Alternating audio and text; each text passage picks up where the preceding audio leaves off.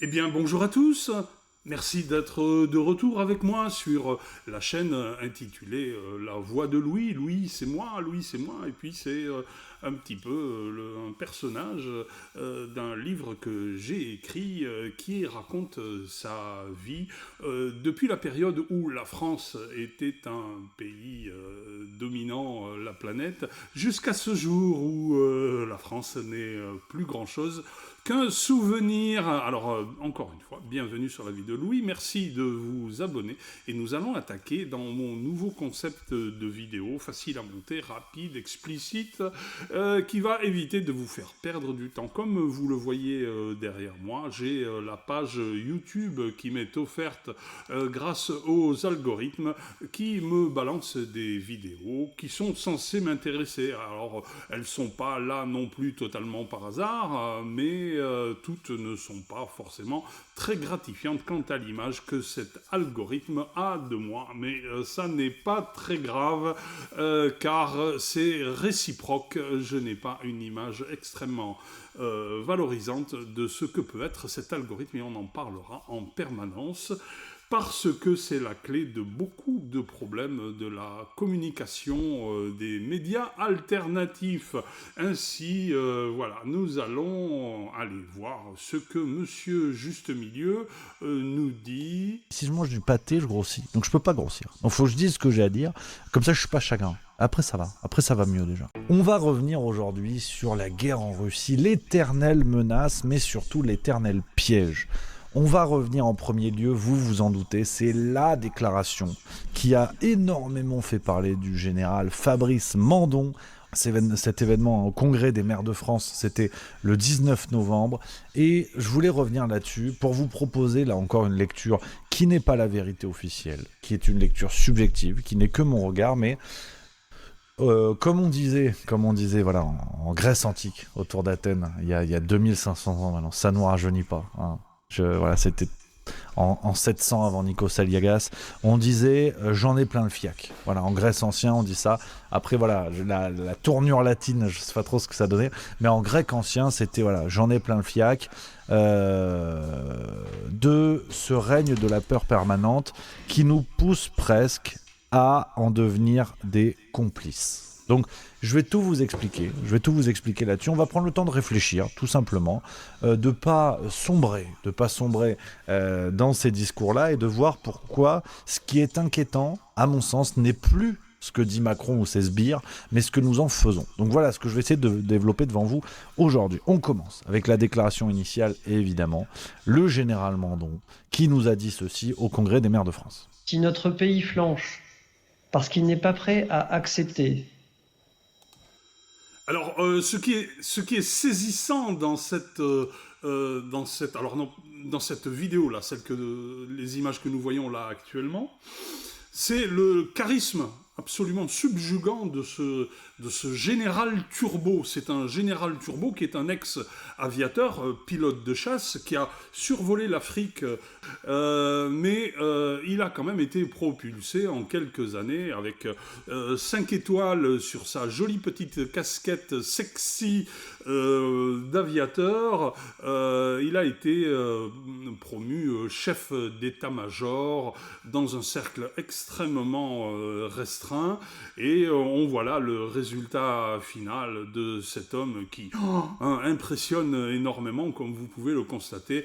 On est loin des sensations que pouvait provoquer le général Bijard, que j'ai croisé une fois chez un ami, et qui lui avait véritablement un charisme qui ne faisait aucun doute.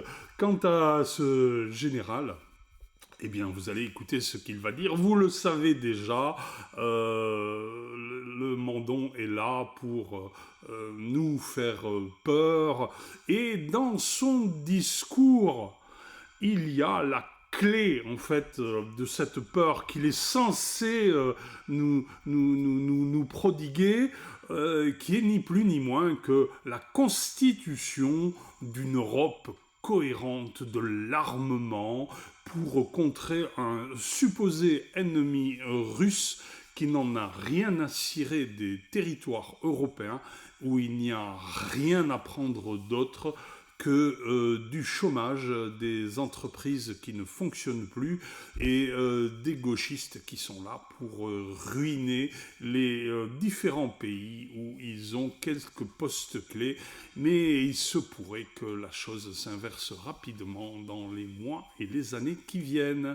Allez, on regarde un petit peu pour le plaisir ce général d'opéra qui a plus sa place sur une scène pour chanter Madame Butterfly que pour tenter de nous faire peur avec ce petit sourire permanent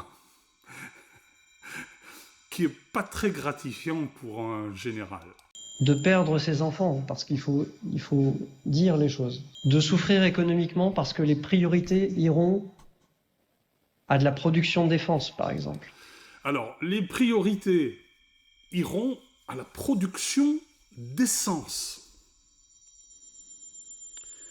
Bon, alors, cette petite parenthèse, moi, me trouble parce que je vois pas très bien en quoi produire de l'essence poserait un problème en Europe, alors que cette essence ne pourrait être mise dans aucun réservoir d'un engin susceptible de faire la guerre assez longtemps face aux Russes. Je ne sais pas qui lui a insufflé cette idée. Je ne vois pas très bien. Nous ne produisions pas de pétrole parce que c'est interdit. C'est pas parce que nous n'en avons pas. C'est parce que c'est interdit d'en produire. C'est interdit d'aller faire des forages. Alors, les raffineries, je ne sais pas combien on a en Europe, je vais me renseigner, mais je ne suis pas certain qu'elles nécessitent une priorisation particulière financière pour pouvoir fonctionner sur une supposée guerre. Enfin, c'est complètement vaseux. Si on n'est pas prêt à ça, alors on est en risque. Voilà, bon, alors, je vais faire du délit de sale gueule en même temps, bon voilà, je vous l'ai dit, je suis gaulé comme un bigorneau, je peux y aller de bon cœur, tu vois. Si j'étais beau gosse, je ferais pas du délit de sale gueule. Bon, je sais pas ce qu'ont les macronistes à avoir en permanence un charisme de grille-pain, mais le bon vieux général Mandon, c'est pareil, tu dis putain, on est passé du général Leclerc au général Mandon, qu'est-ce qui s'est passé? Alors après, attention, le général, il a dû bricoler, je me fous de sa gueule, mais je pense que... Dans un 1v1, à mon avis, je tiens moins 1 minute. C'est-à-dire, je tiens un temps négatif. C'est-à-dire, potentiellement, le mec me regarde, je meurs. Je pense qu'il a une expérience sur le terrain que je n'ai pas. Donc, faut pas déconner non plus. C'est pour ça que je fais un petit peu le malin, mais en fait, je fais pas le malin, en vérité. Donc, on va arrêter ce genre de jugement de sa gueule. Ça ne se fait pas. Quelle indignité. Je vais écrire le journal de l'indignité. Ouais, non, bon, c'est pas le sujet. Donc là, Fabrice Mandon nous a dit ça. Donc là, il faut accepter de perdre nos enfants, qui deviennent stagiaires sur Europe 1. Non, d'aller au front. Alors, ce qui revient plus ou moins même, sauf qu'il n'y a pas de sous-sol en Russie. Donc, si tu dois aller au front, tu vas au front. Donc, ça fait peur. Évidemment, ça fait peur. La déclaration fait peur. D'autant plus qu'on a appris. Alors, je reprends le relais. Bon, vous voyez, j'avais pas visionné la vidéo. C'est en direct. Hein. Quand je clique sur une vidéo, je ne l'ai pas vue avant. Et donc, vous voyez, il a un petit peu la même démarche que moi, qui est de toute façon d'une évidence pour la totalité des observateurs par rapport au charisme de ce type. On n'y reviendra pas. L'autre élément clé, c'est dans son discours, il faut accepter de perdre ses enfants. Voilà, donc j'ai des petits-enfants, une fillette et un très beau petit garçon, encore tout petit, mais j'ai surtout des grands-parents. J'ai surtout des grands-parents et un papa qui, tous les trois, se sont retrouvés avec des vies écourtées, pour avoir été enrôlés et pour deux d'entre eux volontairement et avec honneur et pendant de très longues années sur tous les théâtres d'opération que la France a eu au XXe siècle. Et ces grands-pères, je ne les ai pas connus. Il y en a un qui est mort en 1934 qui était gueule cassée.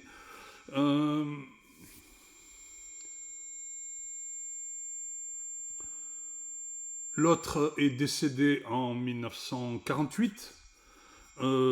Des suites, l'un et l'autre, des blessures de leur guerre pendant le premier conflit mondial.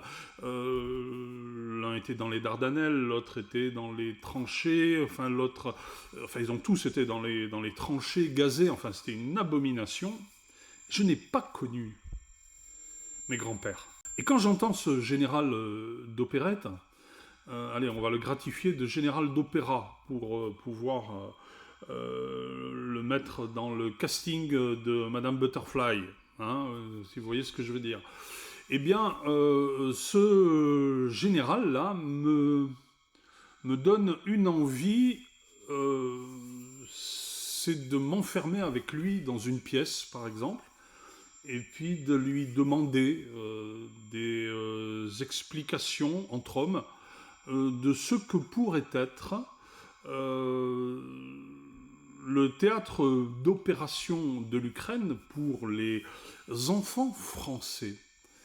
Eh bien, ce serait ni plus ni moins que celui de la guerre de 14, une guerre de tranchées, une guerre de position, une boucherie invraisemblable. Alors, Général Mandon, je ne sais pas ce que votre famille faisait en 14-18. Si vous avez eu la chance de connaître vos grands-pères, si tel est le cas, c'est que il leur est pas arrivé grand-chose. Si vous avez connu votre père, qu'il a vécu vieux, c'est peut-être comme certains soldats qui s'est peut-être bien battu, mais qu'il a échappé au pire. Eh bien, c'est pas le cas de tous les Français. D'accord ? Et donc, les gens qui sont dans ma situation, laisser nos enfants aller en Ukraine ? Pour qui ? Pourquoi ? Pour vos étoiles, là ? Mais il va falloir arrêter très bientôt, là. Dans la foulée, 2 jours après, moins de 48 heures plus tard, on a appris par un journaliste expert spécialiste en spécialité totale de tout, en fait. C'est-à-dire que c'est plus ou moins ChatGPT sans cheveux. Sur France Info, on a un expert en tout qui nous a expliqué que cette déclaration avait été sans surprise validée en haut lieu du côté de l'Élysée. Bien replacer celui qui prend la parole, le chef d'état-major des armées, qui est le premier militaire, qui est bien sûr en activité, ne peut pas tenir ses propos sans l'autorisation et l'ordre du chef des armées, qui est le président de la République, Emmanuel Macron. C'est bien évident, et tout le monde a compris que Macron mettait dans la bouche de ce type qu'il aurait pu mieux choisir, tout à fait entre nous. Je pense que le major Gérald, s'il avait le potentiel à dire des choses aussi bêtes que ce type, et je ne le crois pas, je le salue, je pense qu'il aurait eu un charisme nettement supérieur, et il aurait pu insuffler une dynamique à ce discours, si tant est qu'il avait accepté, et de dire de pareilles bêtises. Et je ne le crois pas. Salut, Major Gérald. Et ça, c'est un propos qui a été organisé par l'Élysée. Voilà, donc une fois de plus, sans surprise, vous allez me dire, mais c'est très important, voilà pourquoi je vous montre ça, parce que c'est très important pour l'analyse que je vais essayer de vous proposer. Une fois de plus, on comprend que pour faire preuve d'un tel cynisme, d'un tel manichéisme, il faut qu'il y ait Macron derrière. Bilan, il y a Macron derrière. Quelle surprise. Donc le Fabrice Mandon, je vous dis pas qu'il ne le pense pas, mais il a joué son rôle de porte-voix, il a fait le porte-voix, et semble-t-il, il a dit ce qu'on lui a dit de dire. Et puis de toute façon, au regard de la nation, ça n'est pas à lui de l'assumer. Donc une fois de plus, Emmanuel Macron brille par son courage. Alors c'est sûr que pour se taper la prof de français, il y avait du monde, mais pour dire aux Français les yeux dans les yeux, il va falloir cramer du Ruskov, là il n'y a plus personne. Donc bon, là encore, pas de surprise. On continue, Monsieur Mandon est venu dans C'est à vous.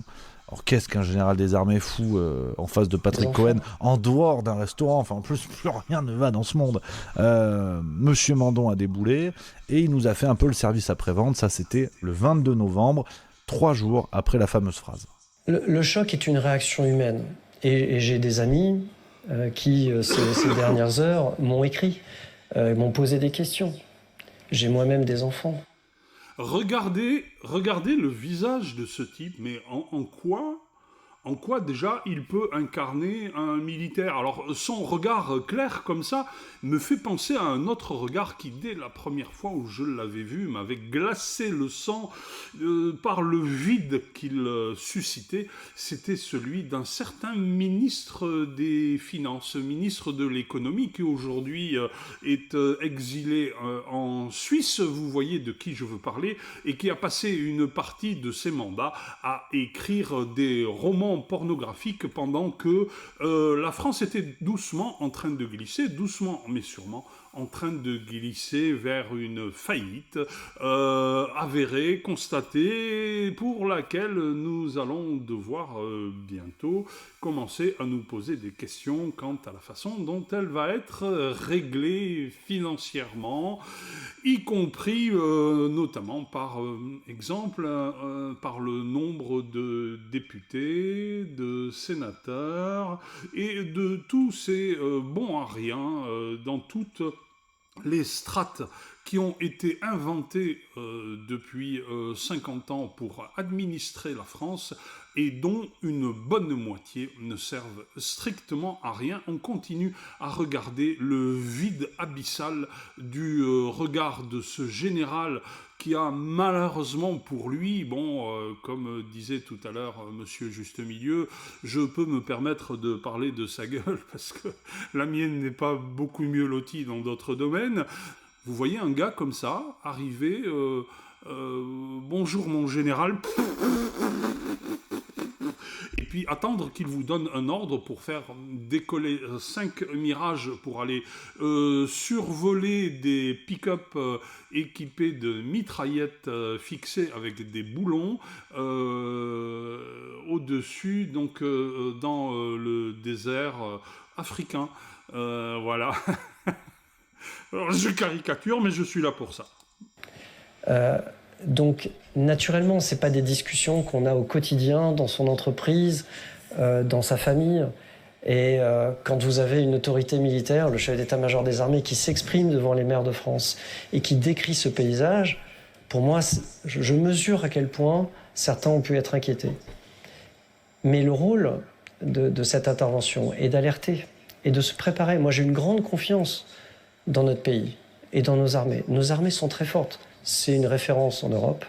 Et notre pays a toujours su faire face aux défis. Mais pour faire... Alors, nos armées sont très fortes. Il faut toujours, quand on entend un tel compliment, se dire que, déjà, il n'a pas d'autre choix que de le faire. Et quand il dit qu'ils sont très fortes, même si la qualité des hommes qui s'entraînent, et certaines ne peut pas être mise en doute, il y a 2 problèmes que tout le monde connaît maintenant, c'est la disponibilité des munitions pour une guerre de haute intensité sur les territoires dont nous parlons, comme l'Ukraine, et puis 2, un problème alors qui ne tient pas aux hommes, mais qui tient au modèle d'entraînement qu'ils ont, aussi efficace, aussi pointu soit-il, qu'il soit de tous les corps d'élite que nous avons en France, et je n'en dénigrerai aucun, leur modèle d'entraînement n'est certainement pas celui qui correspond à la nécessité qu'il faut mettre en œuvre sur les territoires ukrainiens. On en est très très très loin. À quelque chose, il faut s'y préparer. Voilà, donc Monsieur Mandon, dans un délire tamponné par McKinsey, semble-t-il, en tout cas dans le discours, dans la narration, avec ce sourire d'autosatisfaction qui rappelle les grandes heures de Gabriel Attal, sauf que bon, c'est vrai que Gabriel Attal, la dernière fois qu'il est monté au front, c'était pour une bifle. Tu te dis, il y a quand même un discours, on est passé à ça de c'était pour faire de la pédagogie. Vous savez, le fameux « les Français sont trop cons ». Oui, alors c'est vrai qu'on a dit qu'on allait envahir l'Égypte. Ça, c'est une chose. Mais, Monsieur Mandon, je vais vous dire ce que j'en pense très sincèrement, ça n'est absolument pas le problème. C'est un porte-flingue qui a fait ce qu'on lui a dit de faire. Parce que, et une fois de plus, les choses... Alors bon, nous avons tous compris que Mandon était, comme notre ami le dit, un porte-flingue, mais il pourrait au moins bien les choisir, n'est-ce pas ? Alors tout à l'heure... je parlais du Major Gérald pour lequel je reçois régulièrement des vidéos pour avoir regardé quelques-unes qui, par certains côtés, me saoulent un petit peu, tout à fait entre nous. Mais lui, au moins, quand on le voit, on se dit qu'on a intérêt à se tenir à carreau, si vous voyez ce que je veux dire. Salut Major Gérald. Et... regardez la gueule des mecs de l'état-major russe, même si, comme moi, ils ont un petit peu de coupe rose en hiver, ils ont tous des grosses tronches de mecs qui ont rampé dans la neige, et... Bon, on est très loin d'un Léonov, hein, si vous voyez ce que je veux dire. Il y a quand même un sacré problème, à savoir que la guerre en Ukraine, ce sont des drones. Non, je parle de tous les petits drones qui survolent le champ de bataille. Elles sont où, nos escouades de dronistes? Ah, elles sont déjà en Ukraine, peut-être. Ah oui, pas certain, parce que les gamers de YouTube, je suis pas certain qu'ils aient les burnes d'aller se prendre des tirs de bombes russes. Hein, les gamers, vous iriez en Ukraine là-bas avec votre pack de Red Bull pour aller flinguer des gars comme ça de sang-froid? Je demande à voir. Hein. À mon avis, il faudra emmener un stock de mouchoirs et puis des couches Pampers. Hein. Allez, on continue. Sont bien faites, voilà, hein, comme disait le chirurgien esthétique des Bogdanov, les choses sont bien faites parce que le timing est incroyable. Bon, alors, on ne sait pas par quelle magie, mais le mec nous sort cette dinguerie, le 19, le 22, service après-vente sur C'est à vous, et le 23, qu'est-ce qu'on apprend dans les journaux? Emmanuel Macron veut relancer le service militaire. Oh non! Oh non! Ils nous ont eu. Oh, c'est dingue! Oui, alors le service militaire, bon. Et donc, ce service militaire, que je n'ai donc malheureusement pas pu faire à regret, qui a fait chavirer l'esprit de mon père, le capitaine, dont je vous parlerai aussi, eh bien, ce service militaire ne verra pas le jour. C'est absolument certain, pour des raisons que je vais vous dire tout de suite, c'est l'infrastructure.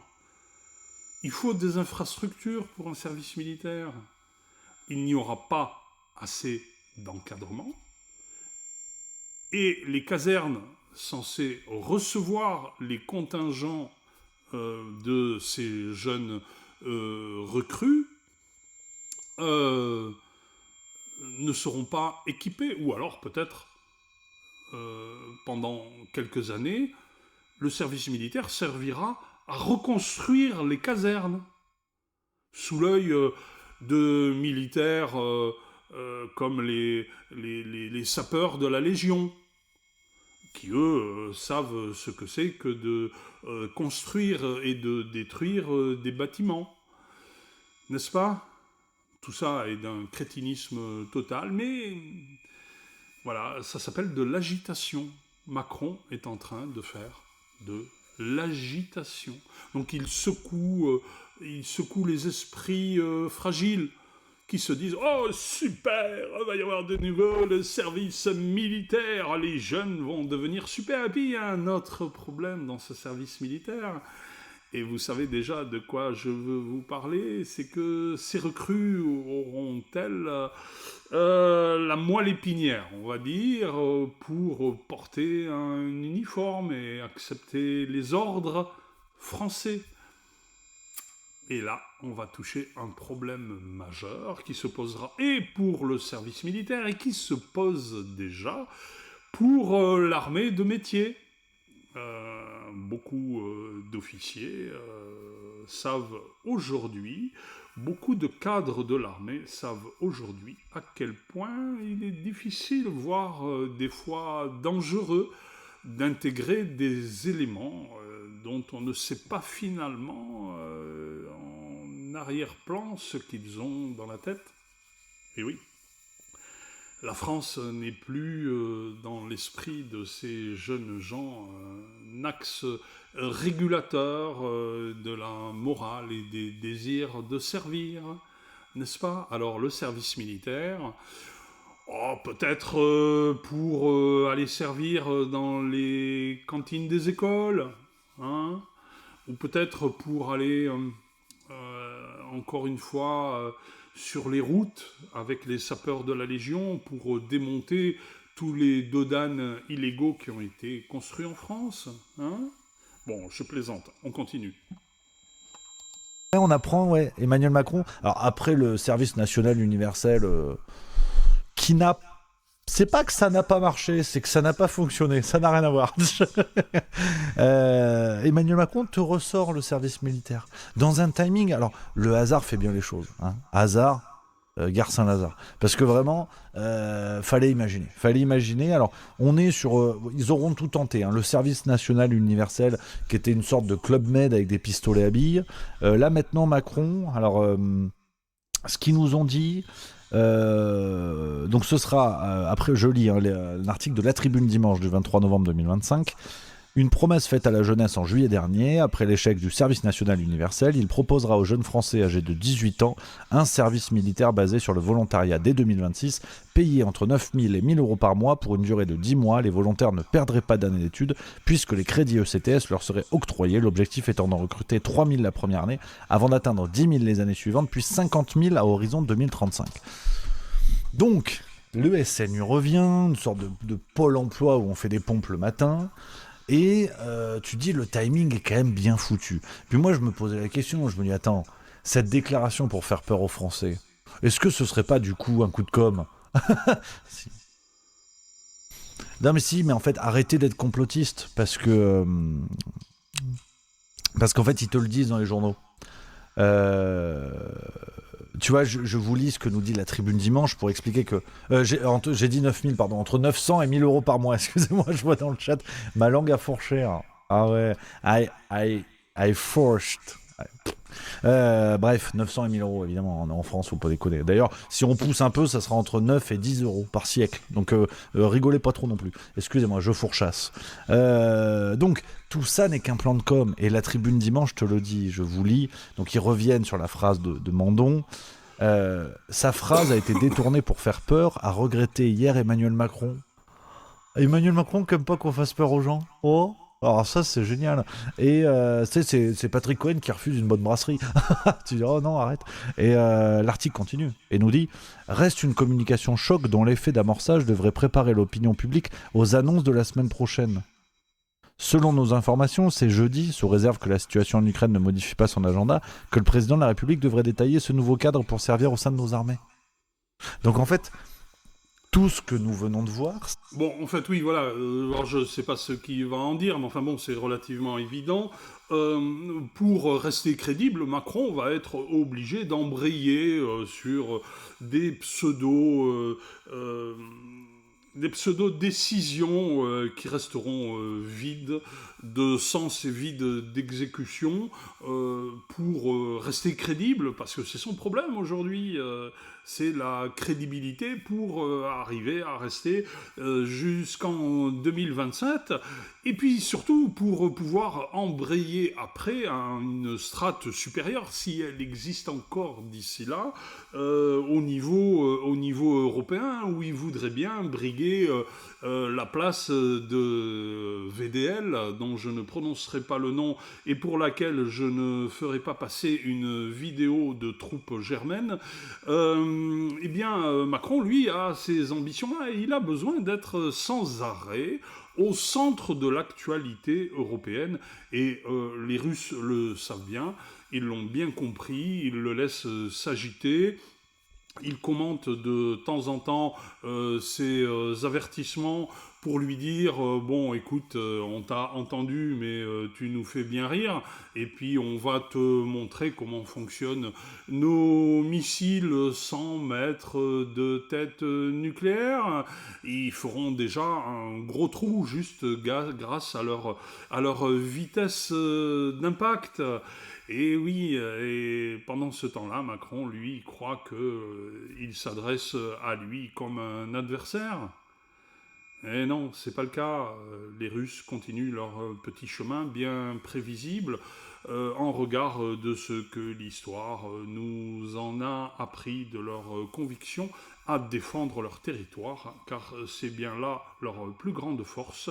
Les Russes n'envahissent personne, ils ne font que défendre leur territoire en récupérant des terres qui, de toute façon, avaient été dilapidées par le pouvoir communiste et un certain Khrouchtchev qui avait commencé un démantèlement complètement stupide. Il faut savoir que Khrouchtchev était ukrainien, Khrouchtchev que les Polonais appelaient le boucher de Katyn, c'est pour une autre vidéo, et lui avait donc donné à l'Ukraine une certaine indépendance administrative, bien qu'intégrant toujours l'Union soviétique qui a commencé à construire des velléités d'indépendance après la chute du mur de Berlin. On voit où ça nous a mené. Un joueur de piano a réussi à devenir président d'une république non pas bananière, parce que là-bas les bananes ne poussent pas, bien qu'elles puissent avoir quelque utilité pour certains qui sont aux commandes aujourd'hui de ce pays dont on sait qu'ils ont mis en place un système de corruption qui est en train d'éclater. Et oui. Je vous remercie. Dans tous les cas, abonnez-vous. Regardez mes shorts. Je vais faire des shorts qui seront amusants. J'aime bien faire des petits shorts. Je sais pas mal travailler maintenant les images et les vidéos de l'intelligence artificielle. Vous allez être surpris. Et vous pourrez voir ce que je suis capable de faire et me dire si les shorts vous intéressent ou les vidéos vous intéressent. C'est parce que finalement, ça n'est pas tout à fait le même public, mais la synthèse pourra un jour être intéressante. Je vous remercie, à bientôt, et portez-vous bien jusqu'à demain, car je vais essayer de faire une vidéo par jour, juste pour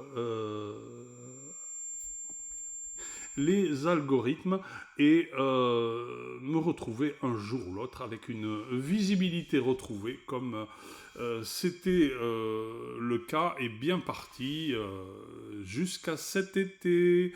Allez, bye à tout le monde et je vous remercie d'être resté jusqu'au bout.